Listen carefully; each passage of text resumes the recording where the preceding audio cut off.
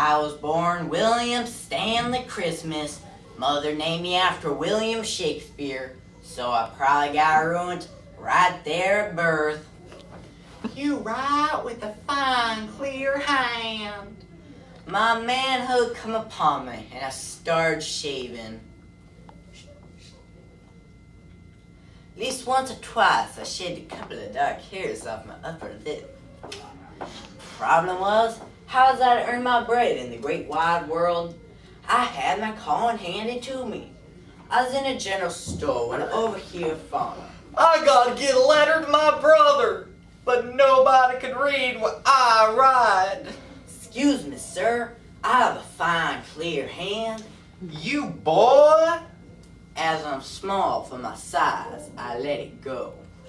And what would be your fee? That was where I realized I may have been a businessman at heart. I'll write it for a nickel.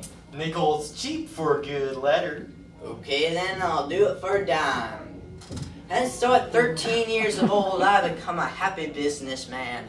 Wending my way westwards, I invested in a cardboard sign to hang on Gabe. Scrib, epistles of ever nature for ever occasion. Rain melted the E, turning scribe into scrib. And so I got my name, Scrib. This is the story of 13-year-old William Christmas, Better known as Scrib. who is ridden off on his trusted steed, Gabe.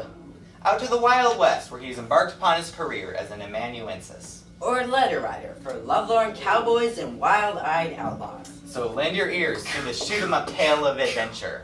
Including a deadly chase through the wilderness of the Fearsome Canyon.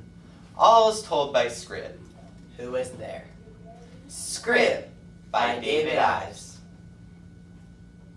It wasn't just illiterates who craved my services. There are people like Romulus who hired me for my exalted style. Romulus didn't need a thing to make his life complete except his sweetheart, Jenny Smead. You got a letter from Jenny? Go on and read. May 23rd, 1863.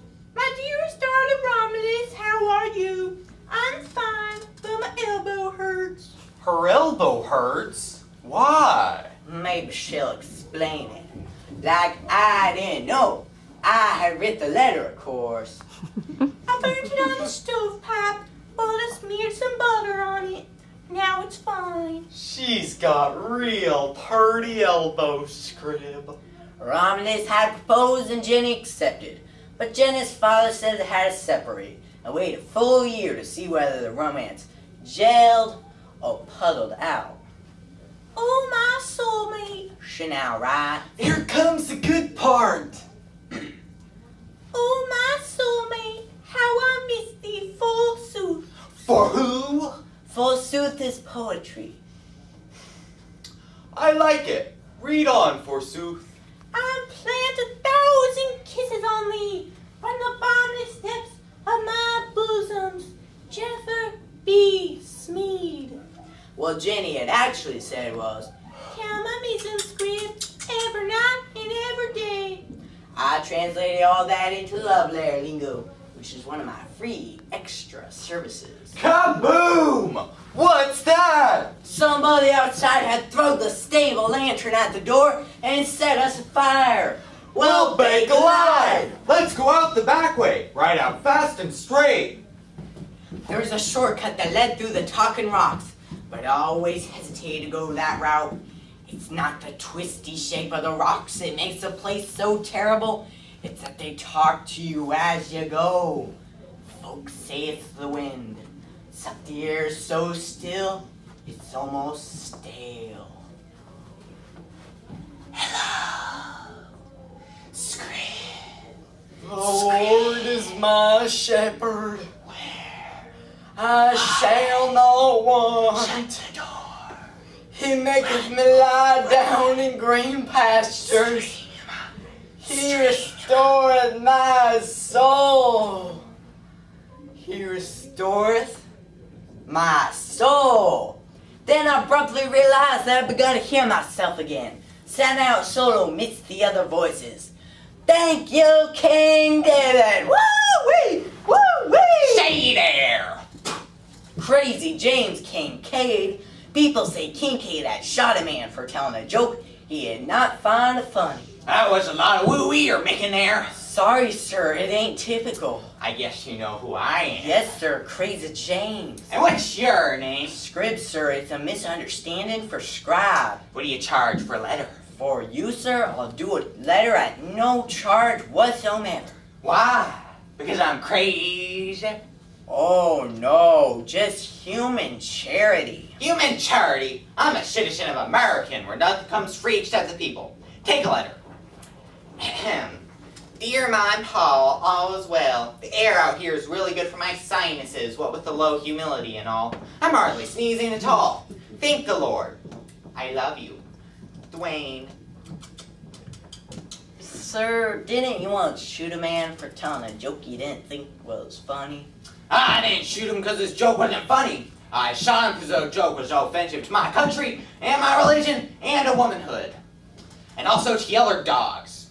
I just shot him. I didn't kill him. Okay. I'm glad you passed my way. Likewise. I descended into the gully. I have met Crazy James Kincaid. I was riding along happily when I could have swore I smelled some black tar tobacco. Womp! The man was a total stranger. You came between us. Womp! He must have kicked me in the head because the sun went out like a blown candle. Scrib! Crazy James. Water. You never shot this man before? Never. Did he steal my earnings? Nope, he just took your bag. Oh, the letters? Why would anybody want that? Look at me pursued, tracked down. There's occupational hazards to everything. Even letter at him. Some days after that, shook hands and parted. I found my letter bag, now a dozen yards where the man ambushed me. All the envelopes is there, except the one. Romulus' love letter to Jenny. It was 3 days later when I arrived at Jenny's house. I went in the back door, and there was Jenny Smead. Scrib, you have a letter? No, Jenny, that's a whole 3-decker story. Romulus doesn't love me anymore? Rom loves you, all right. He idolizes you. Scrib, I have another suitor now, Mr. Edward Dexter. But you're engaged to Romulus. Don't you love him? Oh, I do love him, but Edward gives me perfumes and jewelry. The kitchen door bust open and Edward Dexter walked in. Black tar tobacco. Edward, this is my friend Scrib. Edward's going to be a big landowner. The man who beat me to death. Our eyes locked and tangled. You stole a letter from Romulus to Jenny. I'll bet you'll find that letter amongst his things, all scrawled over at the obscenities. Is it true, Edward? I tried to steal you away from Romulus. Edward grabbed the shotgun and raced to the kitchen door.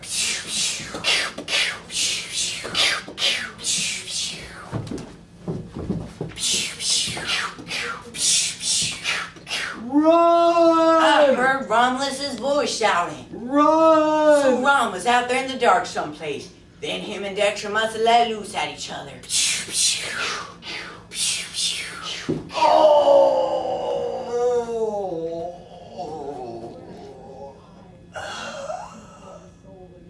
As for Dexter, I suppose some ravens picked him apart for breakfast.